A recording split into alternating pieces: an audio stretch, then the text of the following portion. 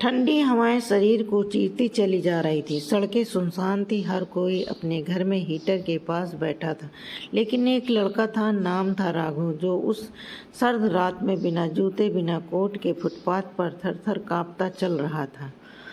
उसके पेट में भूख से ऐंठन हो रही थी और कपड़े इतने पतले थे कि हड्डियां तक सर्दी पहुंच रही थी। राघव खुद से बड़बड़ाता है, काश कोई मुझे एक कंबल ही दे देता, बस आज की रात कट जाती।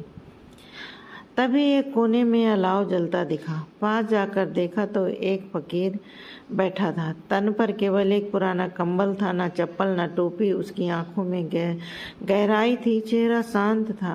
राघव धीरे धीरे उसके पास गया और कंपकपाती आवाज में बोला, बाबा, मुझे बहुत ठंड लग रही, क्या मैं थोड़ी देर इस अलाव के पास बैठ सकता हूँ? फकीर मुस्कुराया और बोला, बेटा, अलाव सबके लिए होता है, बैठो। राघव बैठा, हाथ सेकने लगा, लेकिन शरीर पर भी कांप रहा था। फकीर ने उसे गौर से देखा, बिना कुछ कहे अपने एकमात्र कंबल उतारकर उसके ऊपर डाल दिया। राघव चौंक गया। नहीं बाबा, आप क्या पहनेंगे? फकीर हंसा और बोला, जिसने सब कुछ त्याग दिया हो वो क्या खोएगा? तू अभी जिंदा है, लड़ सकता है, ये कंबल तुझे जिंदगी देगा। राघव की आंखों में आंसू थे। किसी अजनबी ने उसे बिना शर्त इतनी बड़ी मदद की।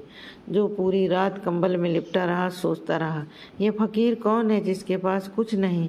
वह दयालुता का सबसे बड़ा उदाहरण।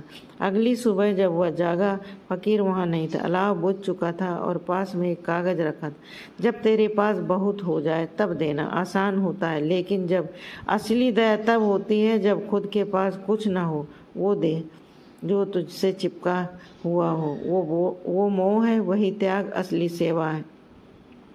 वह घटना राघव के जीवन का मोड़ बन गई। वह एक छोटी सी नौकरी करने लगा, दिन रात मेहनत की, लेकिन उसने तय कर लिया, हर सर्दियों में कम से कम 10 लोगों को कंबल जरूर देगा। वह हर महीने कुछ पैसे बचाने लगा, गर्म कपड़े इकट्ठा करता और रात को स्टेशन, झुग्गियों, मंदिरों के पास जाकर उन्हें बांटता। धीरे धीरे लोग उसकी मुहिम से जुड़ने लगे। उसकी मेहनत से वार्म हार्ट मिशन नामक एक संस्था बनी, जो हर साल हजारों लोगों तक सर्दियों में गर्म कपड़े और भोजन पहुंचाती। समाज पहले जिस लड़के को बेघर समझकर नजरअंदाज करता था, आज वही राघव दर्जनों लोगों का सहारा बन चुका था। टीवी चैनलों पर उसका इंटरव्यू आने लगा।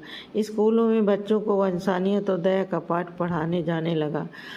जब उससे पूछा गया, आपकी प्रेरणा कौन थी? उसने एक तस्वीर दिखाई, एक फटे कंबल वाला फकीर जिसके पास कुछ नहीं था। उसने मुझे सब कुछ दे दिया, वही मेरी असली प्रेरणा है।